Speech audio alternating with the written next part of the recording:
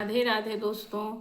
आइए आज शुक्ल पक्ष में पड़ने वाली आमलकी एकादशी की कथा सुनते हैं।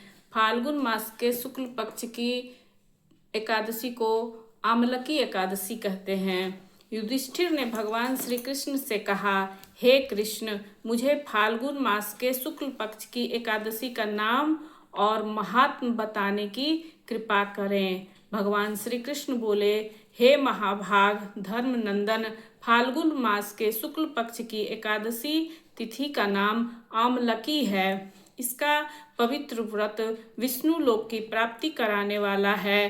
राजा मंधाता ने भी महात्मा वशिष्ठ जी से इसी प्रकार का प्रश्न पूछा था, जिसके जवाब में वशिष्ठ जी ने कहा था, महाभाग भगवान विष्णु के थूकने पर उनके मुख से चंद्रमा के समान कांतिमान एक बिंदु प्रकट होकर पृथ्वी पर गिरा। उसी से आमले का महान वृक्ष उत्पन्न हुआ, जो सभी वृक्षों का आदिभूत कहलाता है। इसी प्रकार प्रजा की सृष्टि करने के लिए भगवान ने ब्रह्मा जी को उत्पन्न किया और ब्रह्मा जी ने देवता, दानव, गंधर्व, यक्ष, राक्षस, नाग, निर्मल अंतःकरण करने वाले महर्षियों को जन्म दिया। उनमें से देवता और ऋषि उस स्थान पर आए जहाँ विष्णु प्रिय आमलक का वृक्ष था। महाभाग उसे देखकर देवताओं को बड़ा विस्मय हुआ, क्योंकि उस वृक्ष के बारे में वे जानते ही नहीं थे। उन्हें इस प्रकार विस्मित देखकर आकाशवाणी हुई, महर्षियों, यह सर्वश्रेष्ठ आमलक का वृक्ष है, जो विष्णु भगवान को अत्यंत ही प्रिय है। इसके स्मरण से गोदान का फल प्राप्त होता है। स्पर्श करने से इससे दुगना और फल भक्षण करने से दुगना फल प्राप्त होता है। फल भक्षण करने, फल खाने से तिगुना पुण्य प्राप्त होता है। यह सब पापों को हरने वाला वैष्णव वृक्ष है। इसके मूल में विष्णु, उसके ऊपर ब्रह्मा, स्कंध में परमेश्वर भगवान रुद्र, शाखाओं में मुनि, टहनियों में देवता, पत्तों में वसु, फूलों में मरुदगण और फलों में समस्त प्रजापति वास करते हैं।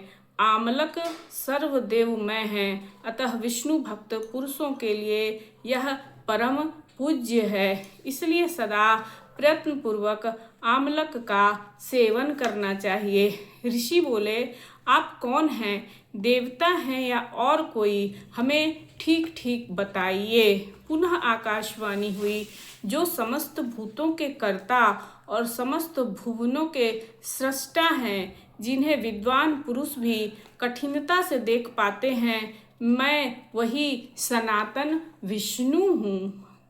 देवाधिदेव भगवान विष्णु का यह कथन सुनकर वे ऋषिगण भगवान की स्तुति करने लगे। इससे भगवान श्री हरि संतुष्ट हुए और बोले, महर्षियों, तुम्हें कौन सा अभिष्ट वरदान दूं?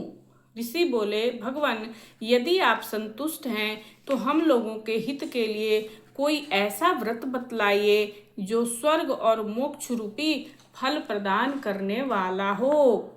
श्री विष्णु भगवान बोले, महर्षियों, फाल्गुन मास के शुक्ल पक्ष में यदि पुष्य नक्षत्र से युक्त एकादशी हो तो वह महान पुण्य देने वाली और बड़े बड़े पापों का नाश करने वाली होती है। इस दिन आंवले के वृक्ष के पास जाकर वहां रात्रि में जागरण करना चाहिए। इससे मनुष्य सब पापों से छूट जाता है और सहस्त्र गोदान का फल प्राप्त होता है। विप्रगण, यह व्रत सभी व्रतों में उत्तम है, जिसे मैंने तुम लोगों को बताया है। ऐसा विष्णु भगवान ने सारे महर्षियों से कहा।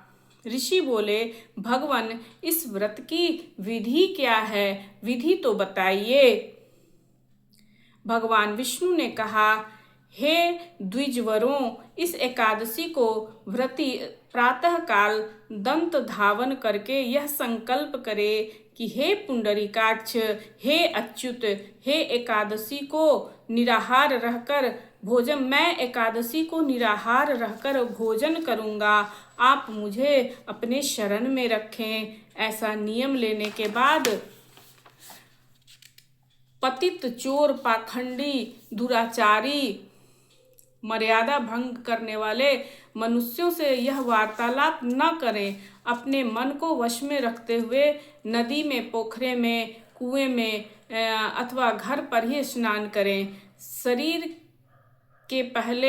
स्नान से पहले शरीर पर मिट्टी लगावें। मृतिका लगाने का भी एक मंत्र है, वह भी मैं तुम्हें बताता हूँ।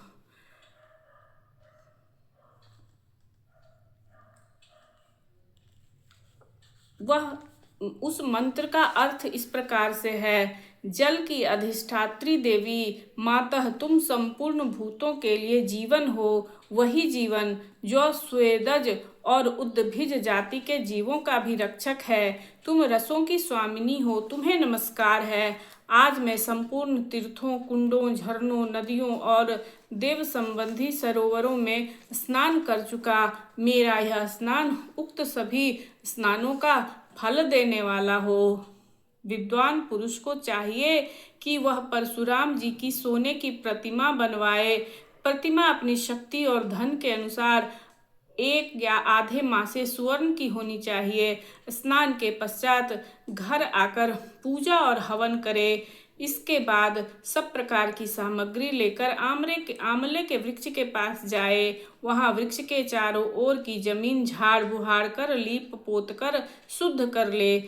शुद्ध की हुई भूमि में मंत्र पाठ पूर्वक जल से भरे हुए नवीन कलश की स्थापना करे। कलश में पंचरत्न और दिव्य गंध आदि छोड़े। श्वेत चंदन से कलश का लेपन करे। उनके कंठ में फूल की माला पहनाए। सब प्रकार के धूप की सुगंध फैलाए। जलते हुए दीपकों की श्रेणी सजाकर रखे। तात्पर्य यह कि सब ओर से सुंदर और मनोहर दृश्य उत्पन्न हो। पूजा के लिए नवीन छाता, जूता, वस्त्र भी मंगा कर रखे। कलश के ऊपर एक पात्र रखकर उसे श्रेष्ठ खीलों से भर दे। फिर उसके ऊपर परशुराम जी की मूर्ति स्थापित करे और हाथ जोड़कर प्रभु से प्रार्थना करे कि सभी सुखी हो, संपन्न हो और मेरे जीवन में भी सभी प्रकार की सुख समृद्धि आए। रात भर जागरण करे। नृत्य, संगीत, वाद्य, धार्मिक उपाख्यान तथा विष्णु सहस्त्र नाम का भी पाठ करे। उसके बाद विष्णु के नाम को लेकर आमलक वृक्ष की परिक्रमा करके 108 या 28 बार आमलक वृक्ष की परिक्रमा करे। फिर सवेरा होने पर श्री हरि की आरती करे। ब्राह्मण की पूजा करके वहाँ की सब सामग्री उसे निवेदित कर दे। संपूर्ण तीर्थों के सेवन से जो फल प्राप्त होता है, पुण्य प्राप्त होता है, वह इस एकादशी को करने से प्राप्त होता है। उपर्युक्त विधि से सभी नियमों का पालन करना चाहिए। समस्त यज्ञों की अपेक्षा से भी अधिक फल इस एकादशी को करने से मिलता है, इसमें तनिक भी संदेह नहीं है। यह व्रत सब व्रतों में उत्तम है, जिसका मैंने तुम्हें पूरा वर्णन किया है। वशिष्ठ जी कहते हैं, महाराज, इतना कहकर देवेश्वर भगवान विष्णु वहीं अंतर्ध्यान हो गए। बोलो विष्णु भगवान की जय। तत्पश्चात उन समस्त महर्षियों ने उक्त व्रत का पूर्ण रूप से पालन किया। हे नृपश्रेष्ठ, इस प्रकार तुम्हें भी इस व्रत का पालन करना चाहिए। भगवान श्री कृष्ण कहते हैं, हे युधिष्ठिर, यह व्रत मनुष्य को सभी पापों से मुक्त करने वाला है। इस उपर्युक्त कथन का कथासार यह है कि भगवान विष्णु की शक्ति हमारे सभी संकटों को काटती है। यह मनुष्य की ही नहीं, देवों की भी रक्षा करने में समर्थ है। इसी शक्ति के बल से भगवान विष्णु ने मधु कैटभ नामक दैत्यों का भी संहार किया था। इसी शक्ति से उत्पन्ना एकादशी बनकर मुर नामक दैत्य का भी वध करके देवों को सुखी किया था। केवल एक बार आमलकी एकादशी का व्रत करने वाले बहेलिये को जन्म जन्मांतर तक भगवान विष्णु की कृपा प्राप्त हुई। बोलिए आमलकी एकादशी की जय। जय जय राधे राधे राधे।